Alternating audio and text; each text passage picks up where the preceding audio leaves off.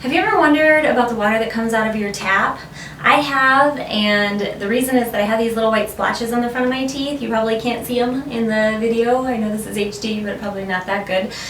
Thankfully, I have a mild case of fluorosis, which is overexposure to fluoride. Not only do I have it, but according to the CDC, 41% of American teenagers have it, and almost 60% of African Americans. We're continually told that we're not exposed to too much fluoride in our water, and yet 40 to 60% of us have fluorosis, which is, it's a damage to our enamel. It's mostly cosmetic in mild cases like mine, but if you Google pictures of it, you can see that it's all the way to brown and corroded, and it can be really nasty stuff. And so we're certain that it's doing that damage. Are we certain that we're getting a benefit for it? And that is what some researchers have been looking at recently. The Cochrane Collaboration is a group of researchers and doctors, and they are considered the gold standard for reviews that are used to develop public policy. So they reviewed all the studies that are available on water fluoridation since 1975.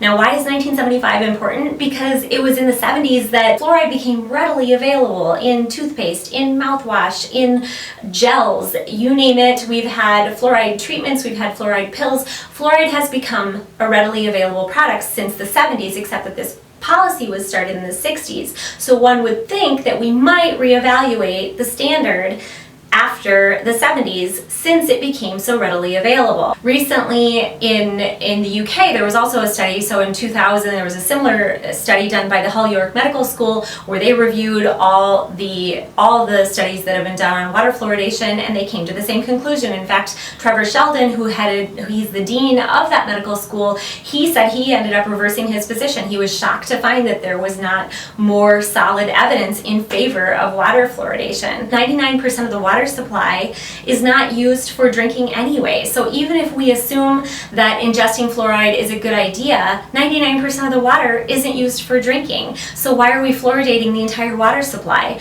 Plus, if you look at it like a medicine, so if we're fluoridating, we're mass medicating everyone, we're adding fluoride to the water supply. If you went to a doctor and got a prescription, wouldn't you think it was a little bit weird to have that medicine administered by the amount of water that you drink? I mean, it would be administered by your height and weight, and then they would give you your dosage. People who drink lots of water receive lots of fluoride, and people who drink less receive less. Is this logical?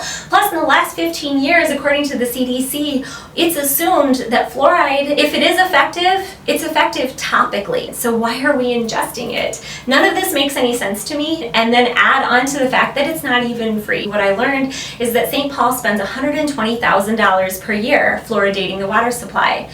That's not a huge portion of St. Paul's budget, but it's not exactly pocket change either. And I realize that fluoride is in the water in trace amounts, but adding more to it is what I'm questioning. And fluoride is a neurotoxin, so there are studies to suggest that fluoride interferes with neurofunction, that it interferes with the endocrine system, that it may lead to ADHD, it may contribute to obesity and depression via hampered thyroid function. So there are a number of reasons to at least question this policy and question why we're pouring money into it. Now, if you found this video helpful, like it, and if you would like to see others like it, please subscribe. I come out with new videos on Wednesday. Thanks for watching.